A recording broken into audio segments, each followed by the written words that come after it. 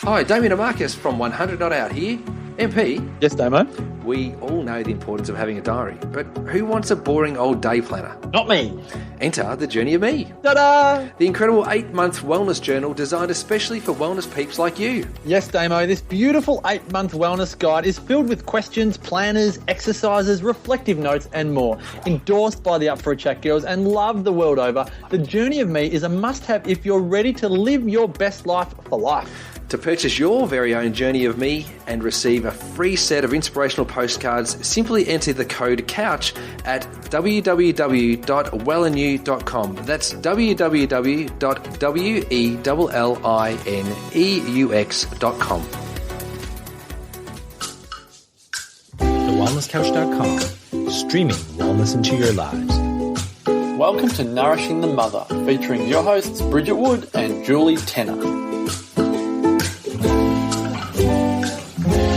Hello and welcome to Nourishing the Mother. I'm Julie Tenner. And I'm Bridget Wood. And today we really want to have front of mind for you in this podcast that everything you need is within you. It's something that often feels like it's, we're kind of floundering in ourselves and what's going on in our lives. But on the topic of pregnancy and fear in pregnancy and miscarriage is really what we're picking up on today. We really want to kind of have for you, as you listen to this content, the reminder that everything you need is within. I just love that mantra. I really hope I hope we can pull apart some other mantras during this, but I also think every time you're having that surge of anxiety or fear or uncertainty, that would just be the most powerful mantra, just to resettle yourself back into the presence and reevaluate that anxiety and where it's coming from. Yeah.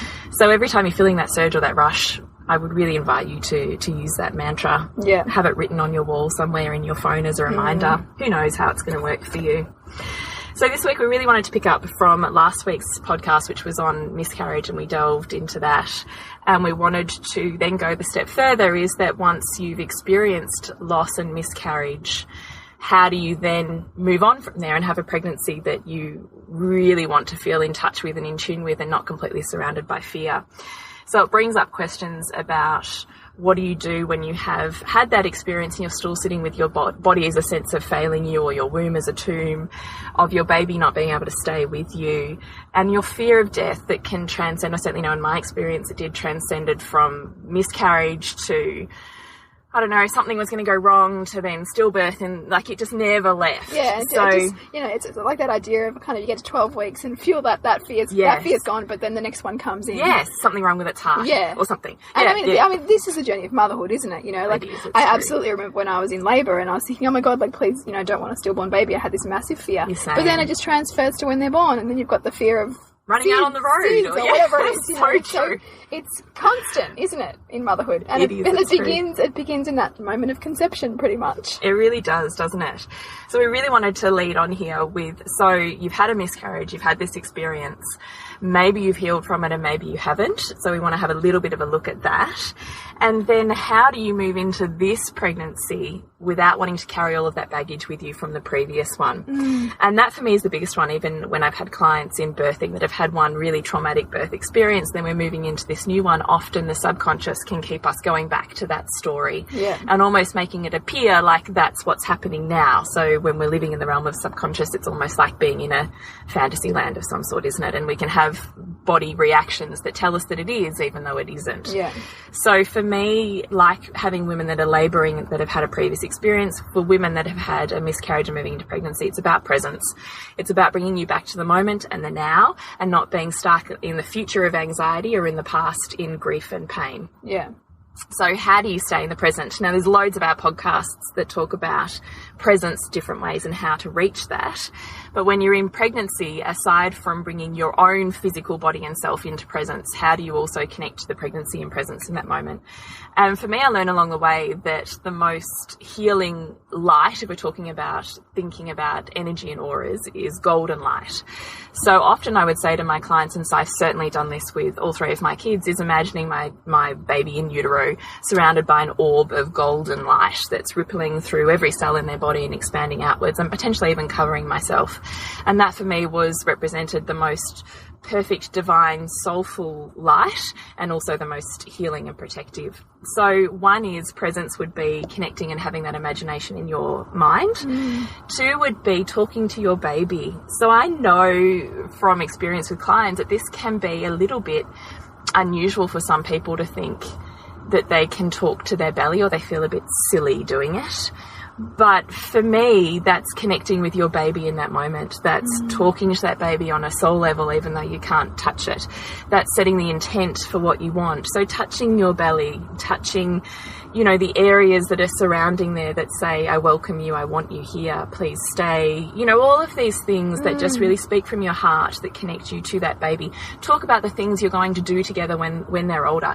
Talk about the smile that your dad has and the way that, you know, maybe they'll have that. I don't know, things that talk about connection to your baby and how much that baby's wanted in this present moment. So that for me probably is the thing that got me through my experience, together with a community of women. So we talked about in the miscarriage podcast of having a community of women that maybe you chose to tell, so that if something happened like a miscarriage, you had a community of support around you. So it's the same thing that this very particular selected group of women who held my intentions and loved me, I could be really raw and honest with and say, I'm so shit scared that this baby's not staying, or today I'm not sick and I'm so scared that I'm no longer pregnant. Being able to just be completely, forget all of the spiritual stuff, forget all of the greater lessons, like just being able to have that really human moment of raw honesty, really feeling into that emotion of sitting, but just being able to even say, I'm scared, I'm worried, I think this is happening, and talk out the thoughts that are in your head so they don't stay in your head. Really allows you the opportunity to, that's what we talk about when we lean into those emotions. Sometimes there's tears that come, sometimes there's rage that comes. Just that moment of pure human expression of that thing is presence. And then to have this beautiful community of women go, oh gosh, I really hear that. But that's not reality. Let's check where you're at, and I'm sure it's going to be amazing. And even just to hear it, doesn't matter how many times you hear it, it still feels good. Just to help you adjust your perspective too, because when you can get out of your head and almost give voice to the things that you're feeling, the power that they have over you lessens. It's not as strong. I totally agree. So that's what we mean by leaning into the presence. So I really wanted to talk a little bit more and pull apart a little bit more with you, Bridget, this concept. I know when we had the miscarriage one last week, and I'd said to you something along the way of, you know, with that pregnancy that I lost, I'd kind of, quote unquote, duped my husband into it, and then had huge feelings of I don't know, a little bit of, I mean, certainly there was the spectrum of excitement, and I wanted it really badly enough that I was willing to not be totally honest about how I was going about it. But there was this other side of me that felt guilty and a little bit scared and ashamed. And I remember at the time you'd said, oh, that's interesting. And then we moved on and we didn't come back to it. So I was kind of hoping we could open that up a little bit. That's an interesting one, and I guess because the whole guilt, you know, and that's totally normal. I guess if you were feeling like that you hadn't been totally truthful, that part of you had gone intentionally and done this without, you know, full agreement, then perhaps that in some ways, you know, and we talked about this, we touched on this last week, the idea that, you know, what part of us wanted that, like what part of your, where was there not congruency in your whole being around wanting that child? Well, in your case, you know, there was still that guilt that you're holding on, and perhaps the miscarriage in some way was compensation really for that guilt, you know. I find that fascinating, and I really want to talk about this particular aspect, because it can be incredibly conflicting, I think, for a lot of women. But I also want to talk about it in terms of, which I had said to you earlier, when I've had, we know 50% of pregnancies, they say, are unplanned, right? And I've had so many clients and friends over the years that have had, you know, an unplanned pregnancy, and every single one of them I've said to them, do you think on some level you are open to that soul or that baby? And every single time there's that little inkling, that little twinkle in the eye that goes, maybe it wasn't fully conscious, but there was a slither of something that just allowed that opening enough for that soul to jump straight in there. And And I think it's similar with this experience of, did you really want it? It's the flip side, isn't it? Because Yeah. ultimately in anything, there's a subconscious motive behind all that we do. And we won't always have awareness of that. Often we won't have awareness of it because it's subconscious. But sometimes, you know, if we are not totally congruent, if we're perhaps in a state where we don't feel like it's the right time for a baby, or there's other anxieties going on more broadly, whether that's financial, whether that's career stuff, whether that's a relationship, then there might be a subconscious motive to, you know, no longer pursue that pregnancy, you know, to wake you up and get congruent. And, you know, you said this, that the minute that you lost that baby, you realised how much you wanted it. Yes, and all that stuff that I was harbouring around. Because my kids, my older two, were already in school.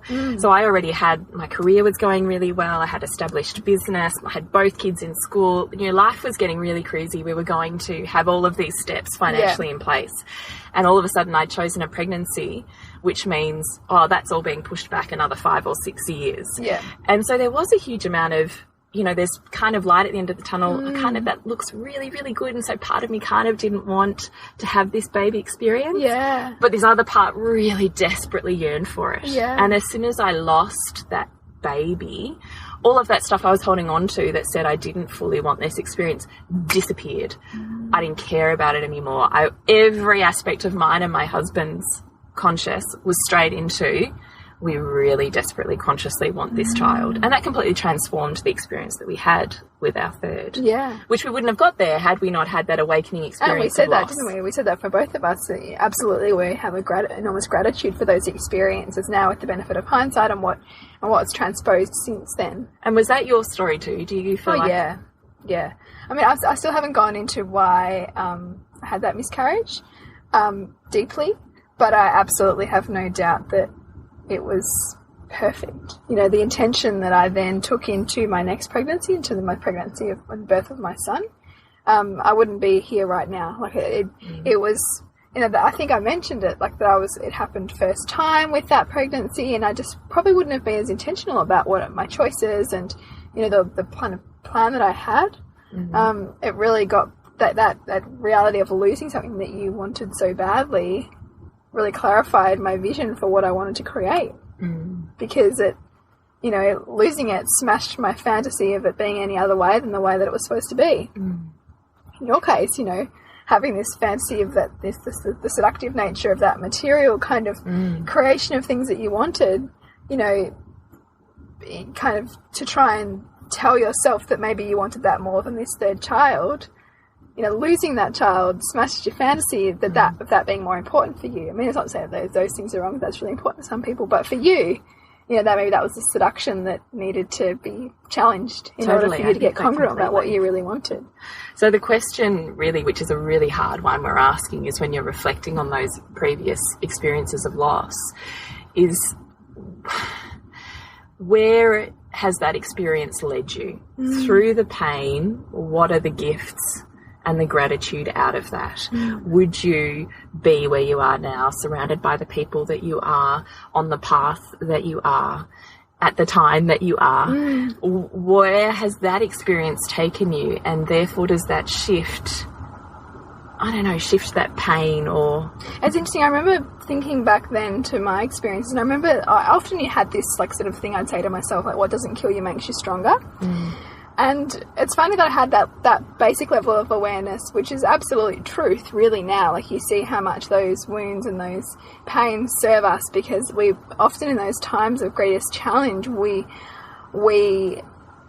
realize how much capacity we have within ourselves, you know, to heal, to give, to grow, and it gets us back on track. It's like a slap in the face to get you back on track with your values, or, or where you're at with your life. It does. To get back on track with your soul purpose, I suppose. Exactly right. And I mean, I guess when we can govern ourselves and really go into the things that are areas that are painful for us and get really clear on what's true for us, then we attract less of that, you know, kind of traumatic events or challenging events to have to get us back into balance. If we can do it ourselves, I guess is the idea. Do it more consciously. Do it more consciously, yeah. But those things also really serve, because they serve to help us see our own magnificence and what we're capable of, which is beautiful. And I think it's that idea of, counting your blessings. Where can you see these inspirational videos that pop up on, Facebook or whatever, of the kids who've got, perhaps like no legs and they're like a gymnast, and that void that person has, that void of what so many of us take for granted, has given them the greatest inspiration and drive to make a difference and to prove who they can be. Wouldn't it be great enough to have those things, but often it's those greatest challenges that drive us to have the greatest influence and impact, which is lovely. I love that. I love that concept immensely. Yeah. So for women that have had a miscarriage that are now facing pregnancy and they're stuck in fear, what would you say to them? I think we need to look at the fear, because the bigger your fear, kind of the bigger your fantasy, because they're tied together.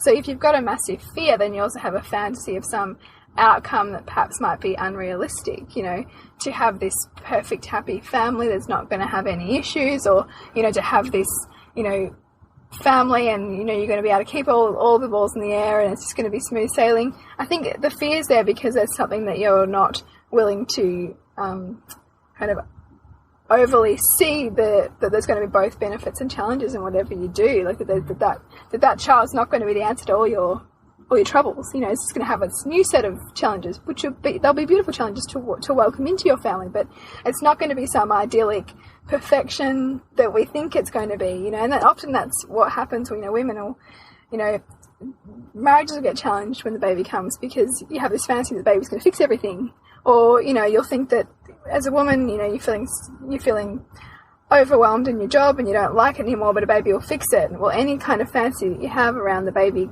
kind of resolving stuff for you will be broken, because that's not possible. Everything is a reflection back to you to see where you can get more in balance. And fear, ultimately, the acronym for that is false evidence appearing real. And that's really about yes, okay, you might have had a previous experience, but that was that experience. If you have the opportunity to go back and feel into the pains of that experience and looking for the lessons in that experience, then you will no longer need to create that experience again to get you to love what that was there to teach you. And I think that is 80% of the work, is to go back and look at what were the gifts in that experience for me. What did that teach me about myself? What did that teach me about my values? How's that changed my world? Yeah. How did that strengthen the relationships around me? How did it serve me? As opposed to running the story of grief, which is so common. And, I run it, every woman does, and you need to move through that. Those are human emotions. But they also, languishing in them does not serve us. It actually can become a real hindrance to us.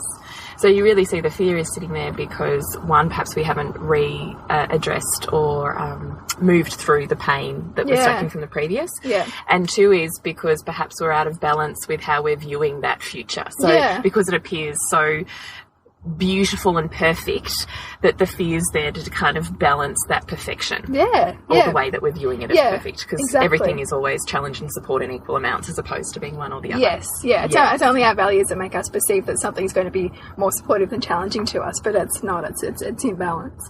So I really love those tips you just gave on going back through that trauma, because I can completely see how once you've sat in that trauma, move through to a point of gratitude, that it dissipates. And you can feel it in your body. Like if you sit there and you write down all the reasons why you're grateful for that experience and you really feel it, you'll have a physiological shift, and often you'll have tears of gratitude, and that's when you know you have neutralized that emotional charge that you've been running on that experience. And you're no longer, you can be freed from that. Which is ultimately the perfection. That's ultimately what we need to do to help us to grow. Which is actually what my tears were when I told my astro travelling story last week. But not tears out of pain. They were tears out of gratitude. I was so happy. I'm so happy and grateful for that experience now. Even though I've cried on iTunes. Which I'm still trying to figure out how I feel about. But that was beautiful, that was an opportunity for you to relive how that experience has shaped you. Yeah, it's true. It's true. And I really love that, in terms of we don't have to make the current experience what our previous one was. If we can take the lessons from our previous one into our current one, that can completely shift that reality.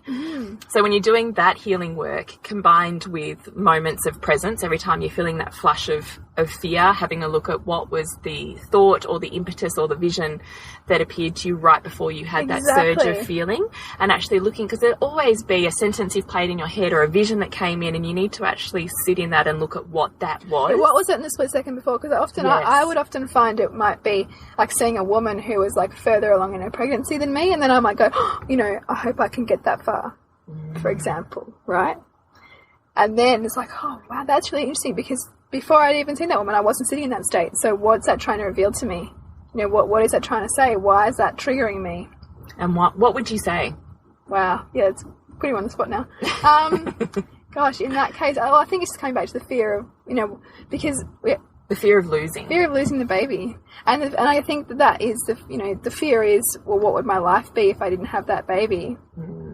And actually looking at, well, how would it look? And seeing that it would be... So this is when we're coming back to, we're so worried about losing it because of the fantasy that we created about how perfect it's going to be. Yeah, it's going to be, yes. And also looking at, okay, and mediating maybe that also, tell me if I'm wrong, by also looking at, well, if I had that experience of loss now, what would the gifts out of that be? Yes, yeah. And most people don't want to do this because it feels really painful and you feel like, oh my gosh, I'm going to make that come true. But in fact, that's not, because all it's doing is balancing out your perception. Because if your perception's so the other way... It's balancing your triggers, the emotions. Yeah, it's right. Because, because you're perceiving that it's going to be terrible to have that experience and it will again. be incredibly painful. Yeah. But what if that changes... I don't know, the relationship with your husband, the relationship with your children, the travel, the house, the career. What if it changes also impact on all of those things? Yeah, exactly. And so, that's what to do to kind of bring yourself back into balance if you're too much one way. And I mean, you can do this when you're really positively charged on something. If you're really, really positively charged on something being amazing, it's probably good to, start to tell yourself some of the drawbacks of that thing you're so positively charged on, because that's not balanced either. And when you're so when you're so stuck in fantasy or fear, you're going to call in the opposite experience to balance that. Yeah, like there's a saying, tell me your fantasy and I'll show you the nightmare. Yeah. Because the nightmare is hidden. You just don't see it yet. You're living you're playing in your head a fantasy. Which there is, because you and I have talked about that with my third child, that I had this total fantasy around, I've been a doula for so many years and a naturopath specialising in, mother and baby care. I was going to be like, snap. Because let me tell you, anyone else's baby, I'm all over it. No issues. I was like thinking, this baby is just going to slot right in. It's going to be amazing. And I get to do over all of this stuff with all of this new knowledge. And she was just my total awakening on every level. And you and I have stuck about, you remember one day you saying to me, do you think you had a little fantasy about that? And I'm like, I really did. And here's my nightmare bringing me crashing down to earth. Oh, this is it. That is so funny. So we've got to get back on track. Also, mantras. So mantras, every time you're having those fears, is looking at what preceded, doing all of that work and having the mantra. So the mantra, like we said, everything you need is within, and recognising that everything is actually perfect. Whatever this story is, on a soul level, is perfect for you and where you're growing to. Yes. So sitting in a point of gratitude. And even simple mantras like, this is not my previous experience, I'm here and connected to this child and this baby now.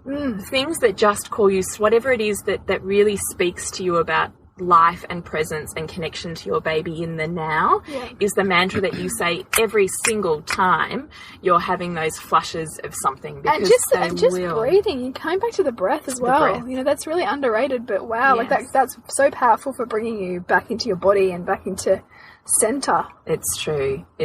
And calling on your support network if you're really struggling with it and you just need to voice, where you're at without any fear of judgment, you need to be able to do that, to actually be able to then step outside of that emotion. So instead of it running you, for you to be able to view it and actually work with it, you've got to have the space to say as it is exactly where you're at, I think, as well. Yeah.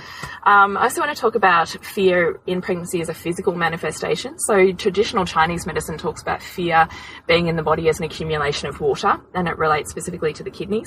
So often women that I have seen through naturopathy and also as birth clients, if I know that they're running an underlying fear story about their pregnancy or about their birth, they're always going to have things like fluid retention problems, really thick ankles, high blood pressure, issues, things that really say a lot of fluid retention, heart palpitations and issues. It's really the body's, that fear has moved from the emotional to a physical manifestation. That's how deep-seated it is. Yeah.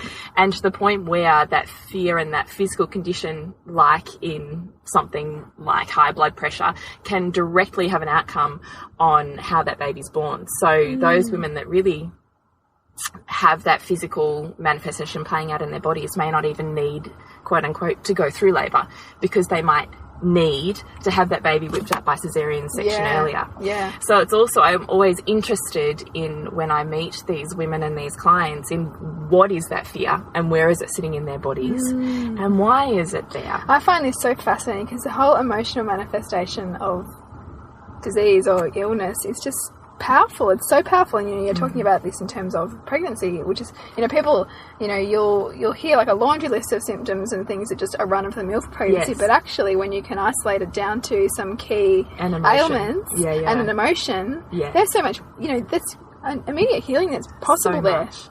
So much, and can completely change not only your pregnancy but also your birth outcome. Yeah. How amazing to enter a birth space just, like fear, feeling excited and ready, as opposed to fear running you and you avoid any form of labour, or you need someone to do it for you and get your baby out for you. Yeah. How different would that change your story as a woman and change your story as an empowered mother, I think, just even by looking at what is the fear that's underlying that. And the other thing I wanted to touch on was looking at, how you and I discussed when we had such strong body confidence, and then we had this experience of loss that I think it did for you, but also for me really rocked. I thought I was connected to my physical body and it's failed me. Yeah. And how can I trust it's not going to fail me again, and getting back in touch with my body in a whole nother way. And I really want to talk about that too. So I think, refer back actually to our Divine Feminine podcast, because I think there's a whole lot in connecting to your physical and emotional body as a woman that's relevant to getting back in touch with your body working for you as opposed to working against you. Yeah. Is there anything else that you would add to that? I think it's just listening. I think it's really tuning into what am I feeling in my body right now? Where is that emotion sitting? When you can feel overwhelmed, like what's going on for me right now, and continuing to repeat that question, what's going on for me right now, until your intuition pops through with an answer. Our body is amazing. Like our body is our mind. We have a physical form for our mind because the body is reflecting whatever's going on, for us. And there's so much wisdom there. And the other thing I think made a really big difference for me in my story was the blessing way. So for those of you who haven't listened, tune back into our Exploring Birth podcasts. There's 2 of them. In one of those, I discuss what a blessing way is and the impact that it had for me on my story. And it was an amazingly healing space for any residual fears that I was still holding on to really a few weeks out from giving birth, to be able to create a space and an energy that completely held and supported me, nourished me with life and love, and allowed me the opportunity to burn fears in a group of women where I was completely supported. Totally allowed me to let that go. I can't even explain to you how that happens so quickly, but I think sometimes when the intent and the energy just aligns perfectly, that just healing can be instantaneous. And for me it really was. I was able to write down my deepest, darkest fears of death, and I had 2 of them, and say them out loud to my community of intimate women without any BS and without any judgment and even any words, just to energetically be held and looked at with total love and gratitude, and to burn those and just allow my tears to fall and my grief to dissipate with that was so healing. And that's really about being in a space that allows you to sit in your vulnerability and allow that to come out, because that's really key. Oh gosh, completely. And so as soon as I'd had that experience, and I was 3 weeks out from giving birth, I was able to instantly let that go and move into birthing goddess energy space. And that totally would have meant that you had the birth that you had. It was quite remarkable, really. Oh, it is. I still think about that and go, oh my God, how did that even happen? But I think that is also key, that if you've really got some... You surrendered. You were able to... Oh my gosh, that's the perfect word, Bridget. Yeah. I love surrender. Yes. I tell every single one of my birth clients to write that in big letters to take everywhere with them. Surrender. This is no longer, well, as you would all know, when you start a pregnancy, it's no longer a process you can control. No. And it is such a profound process of surrender after surrender after surrender after letting go. You know, like so many layers of just peeling back who you are based on your control patterns. Wow. And it's the perfect, preparing for motherhood. Isn't it? Because Can't control a toddler. No. Don't I know it? Don't we know it?